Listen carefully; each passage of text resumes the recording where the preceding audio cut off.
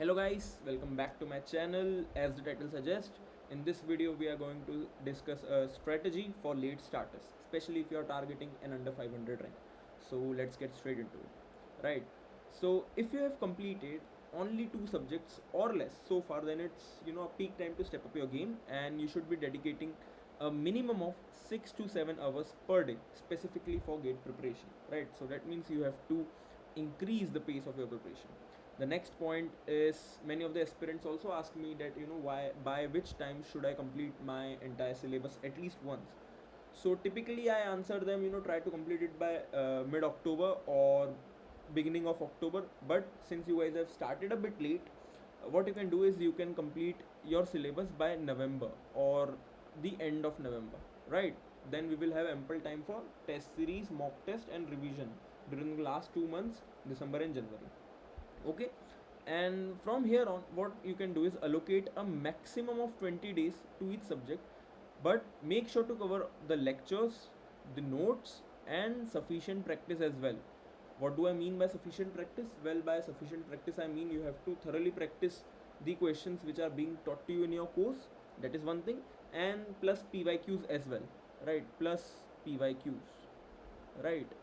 And if you have enough time, then you can get your hands dirty with some more problems as well, some practice questions as well, if you have the material. Otherwise you can skip this part for now. Okay. Next, coming to revision and practice. So when you should actually start your revision, or when you should keep your focus, or shift your focus from newer subjects to revision, I think that point would be when you complete 6 to 7 subjects. Okay.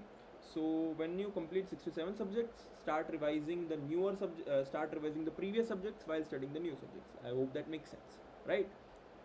You have to solve PYQs for each subject, right, as I suggested earlier. And at least 15 years, right? Try to solve the PYQs of at least 15 years. That means starting from, let's say, 2007, right, or after 2007, right? Now, how to give topic and subject tests, or how to give them efficiently, right, or to maximize their throughput. So what you can do is you can give these tests during the revision phase, right? And you can take topic test and subject test for the subject during revision. Basically you revise the theory well, you revise your notes well, and then to test out that how much you have learned your subject well, and to identify your strong and weak areas, you can give the topic test and subject test, right? But before giving the test, you should always thoroughly prepare it, the subject. And then what you can do is, after once you have completed all the subjects, right, then you can manage test of the previous subjects and revision of the newer subjects, right? I hope that makes sense. Now, talking about multi subject and mock tests. So maintain regular revision and take multi subject and full length mock tests. This should be done after syllabus completion, right? After syllabus completion, right? And you should, at the end, you should aim to attempt at least 10 to 12, at least 10 to 12 full length mock test before the actual gate exam, right? Okay.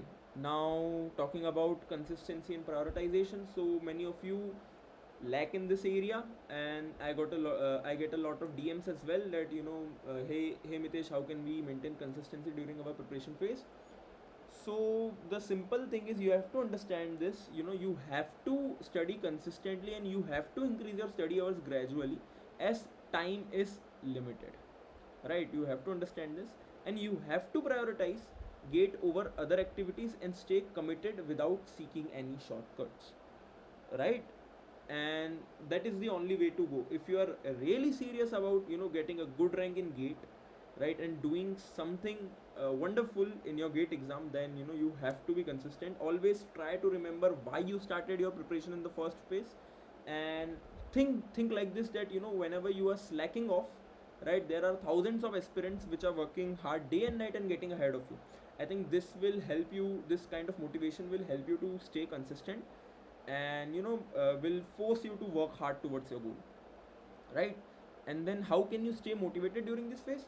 So basically you have to imagine the positive outcomes, right? The positive outcomes after achieving a good rank in gate, right? So remind yourself every single day why you are preparing for gate, and why you started it in the first place, right? So that's how you can stay motivated.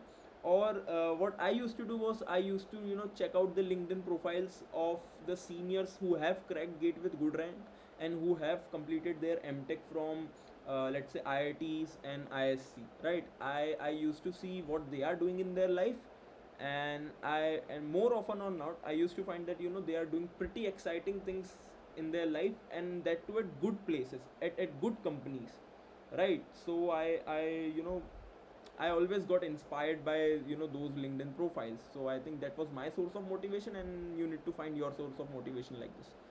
Also, that was my target, right? To get in a good product based company, and not only just to get in it, but to do some useful work there, to do some work, some sort of work that that actually brings change in society, right? So I think that was my motivation for gate, and you need to find yours. Okay, so now what should be your study schedule? So you can skip over this point, but listen to me, only if you're having trouble sitting for longer hours, right? That is the suggestion for those students. So what you can do is take breaks to avoid fatigue, study for 2 to 2.5 hours after waking up, right? 2 to 2.5 hours after college for college going students, and revise or solve questions for 1 hour before sleeping, right? So what if you're not able to sit for longer hours, you can break your study sessions like this, right? This is just an example, right? Whatever you feel fine, you can go ahead with that, but this is just an example of how you can tackle the problem of not being able to sit for longer hours, right? Okay, so this schedule will help you achieve your daily targets efficiently. In the end, doesn't matter, right? Whatever you do, just make sure your daily targets are achieved efficiently, right? Okay, and understand one thing, that you need to minimize distractions, right? Minimize distraction during peak preparation phase, and this is the peak preparation phase, right? So you need to cut off all the distractions immediately, limit socializing and leisure activities for a while, for a few months, and focus on your studies, right? And the final point which I'm going to discuss on is balancing breaks. So you can take 1 day break after every 10 to 12 days as a reward for your hard work, right? And during the break, engage in activities you enjoy, but remember to earn that break. You need to earn that break through dedicated efforts, right? So this is what I used to do personally, and it worked like a miracle, right? So basically I used to work hard for 1 or 2 weeks, and then I used to take a day's break, right? And I used to tell myself, okay, that I have earned this break well, and I'm gonna enjoy it. So right, as we all know, taking these small breaks is very very necessary in between, for your morale, for not fatiguing up, right? That's all from my side. I tried to keep this video very very short, very very compact, no bullshit, right? And hope to see you guys in the next video. And I'm really once again sorry that I have not been dropping the videos regularly, but from now on I will try to stay consistent. So thank you and all the best. See you in the next video. Bye.